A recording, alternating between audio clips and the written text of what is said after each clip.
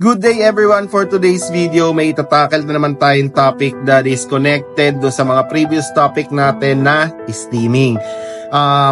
Previously, we have discussed na the steaming na about taste and smell.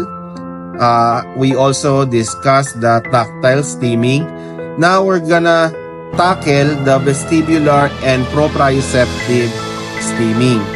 Ngayon, intindihin natin ano nga ba yon? But before we proceed, let's go back. Ano nga ba yung steaming ulit? Ang steaming o self-stimulatory behavior ay madalas na ginagawa ng mga bata o kaya kahit naman ng mga adults na may neurodivergent conditions tulad ng autism. Dalawa sa mga common types ng steaming ay related sa vestibular at proprioceptive system na parehong mahalaga sa balance, movement at body awareness. First, ano nga ba ang vestibular steaming? Ang vestibular system ay konektado sa ating sense of balance at spatial orientation. Kapag ang bata ay nag-steam sa paraan na involve ang vestibular input, karaniwan ginagawa nila ang mga sumusunod. Paikot-ikot sila, no? Or patalon-talon sila ng paulit-ulit. Yung pagsasway nila ng kanilang katawan, no? Rocking back and forth. At pag-ikot ng ulo o kaya parang pag-tilt, no? Bakit nila ginagawa ito? Gaya ng mga nasabi kong dahilan, kaya nag-i-steam ang isang tao, no, para sa calming effect o stimulation kapag bored. Para makaramdam sila ng control sa kanilang environment, ginagawa nila ang mga bagay nito. Next, i-discuss natin ano naman ang proprioceptive steaming. Ang proprioception ay ang kakayahan ng ating katawan na malaman ang posisyon at galaw nito kahit hindi natin tinitignan.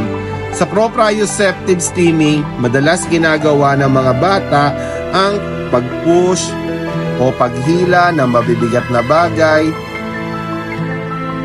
pagpalo sa sarili o sa mga bagay, no, sa mga surfaces, or mahigpit na pagyakap or pagsiksik sa isang maliliit na lugar, no?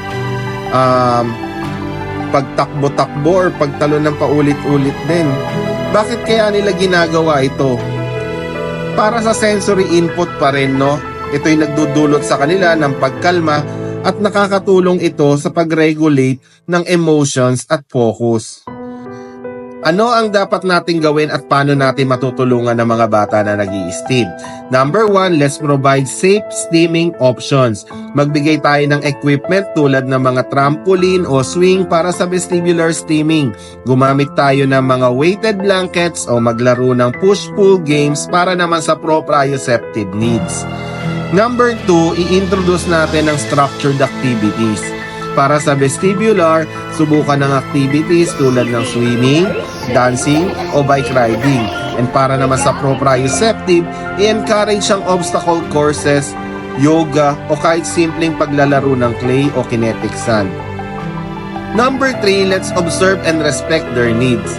Hindi kailangan pigilan ang steaming hanggat hindi ito nakakasama sa kanila.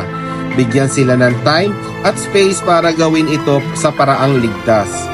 Number 4, consult an occupational therapist. Kung ang steaming ay nakakaapekto na sa kanilang daily life, makakatulong ang therapy para mabigyan sila ng alternative coping mechanisms. Marami pa tayong paraan na pwedeng gawin. Pwede nyong i-comment down below upang sa gayon magkaroon ng idea ang ating mga parents kung ano pa yung mga makakatulong na mga activities para sa ating mga little ones.